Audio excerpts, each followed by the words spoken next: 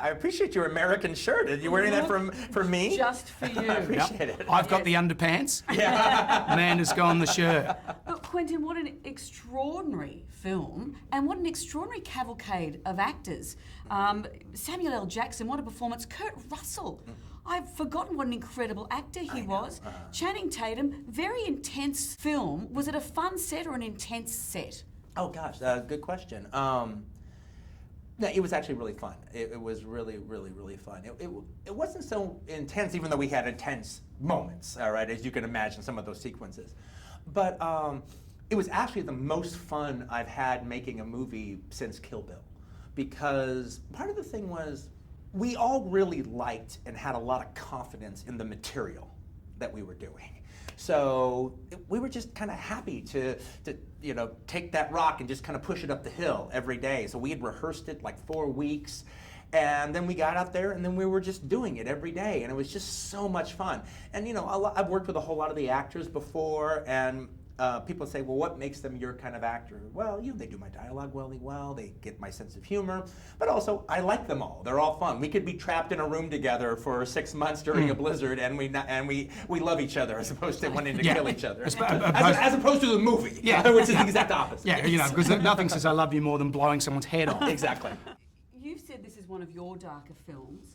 And the world... Probably the darkest. And the world is in I think, quite a dark place at the moment. Mm-hmm. Is that what influenced you, or do sometimes you think, I might pull back with the violence because the world's so violent at the moment?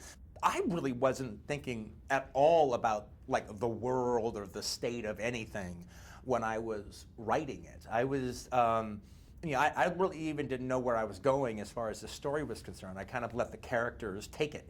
The beginning of the movie takes place in the stagecoach, and I've introduced 4 characters that you see in the stagecoach. And at the time when I was writing that, that's all I knew, was everything that was going on in the stagecoach. I know they're going to Minnie's haberdashery, but I didn't really know what they would find there. I didn't really know who would be there when they got there. And then I got there, and then I had to figure out who would be there.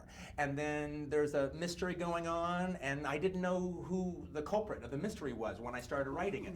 I actually didn't want to know any more than a couple of our main characters knew, and I didn't want to know any more than the audience knew as I did the story and pulling it out. So that was my only concern. And then as we're doing the movie, so much in the world seemed to be syncing up with the themes and and ultimately what the underskin of this movie is about. And I actually think that's just kind of a zeitgeisty thing. It's something in the air. Sure. And if a writer is pure to himself, they can every once in a while tap into it. Because your work, your intellectual property is like people try to mimic it, they try to do it. Do you worry about people stealing your stuff? Do you worry about that? Do you have good lawyers that...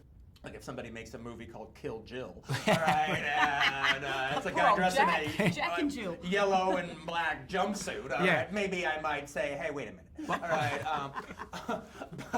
But the only reason I bring this up because, you get books and Natural Born Kelly, and as you can see, I just think if you had any. I'm just looking out for you. Gotcha, I gotcha. Get a licensing fee I might have it's all good. It's all good. She's made a fortune out of this. Yeah.